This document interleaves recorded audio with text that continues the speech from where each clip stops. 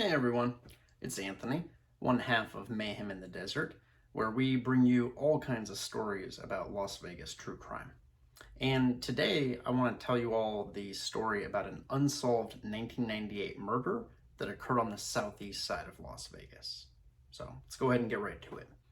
The background for our story starts in the 1960s. That's when the Burkin family, they moved from Kansas City to Las Vegas, which was a growing town at that time. And ultimately, they settle into a pretty quiet, cozy home over on the southeast area of town on Glen Davis Drive. So, for folks that are familiar with Las Vegas, that's not too far from Nellis and Tropicana. And for many decades, the Burkin family has a happy life in this home on Glen Davis Drive. That's until 1998. And by 1998, the only two Burkin family members that are still living on Glen Davis are 70-year-old Agnes Burkin, who's retired by this point, and then her 48-year-old daughter, Sharyn, who is a lead assistant cashier at the Tropicana Hotel and Casino on the Strip.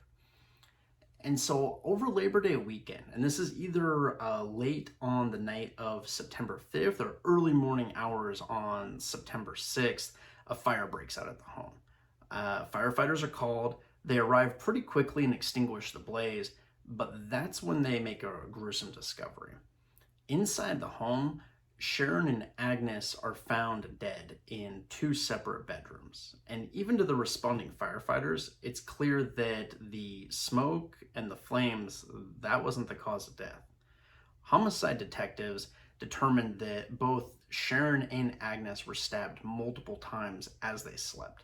That means that the killer or killers operated pretty quietly because they were able to murder one of the women without waking the other. After the crime was committed, the murderer doused the home in flammable material and then set it alight. The arson investigators that later looked at the scene determined that there were multiple points of origin for the fire. And that's all the evidence that we really have, all the information we have about this case. Given that it was a brutal double slaying, there were only two articles buried in the back pages of the local Las Vegas newspapers about this crime. And the only real clue that we saw in the press reports is that the victims owned a teal or a blue Aerostar van that was always parked out in front of the Glen Davis Drive home, and that was missing on the night of the blaze. And it wouldn't be until the following day that they found the van abandoned all the way over at Decatur and Ann Road. And if you know the geography of Las Vegas, that is quite a drive. That's over a 20-minute drive at that time back in 1998. But they found no additional evidence inside the van that we're aware of, and no additional evidence that would provide a potential suspect in the home. And so as we record this, it's been almost 25 years since that brutal double slaying, which actually occurred not too far from where we live right now. And no evidence. But that's not the end of the story, because we have had a lot of advances in DNA technology that has solved several cold cases here in Las Vegas just in the past year or two, including the cold case murder of Kim Bryant, which happened back in 2001. And there's a hope, at least, that the killer, especially if they weren't that old back in 1998, may still be out there, and that some of these advances in DNA technology could ultimately reveal who they are and bring some level of justice to Sharyn and Agnes and to the Burkin family.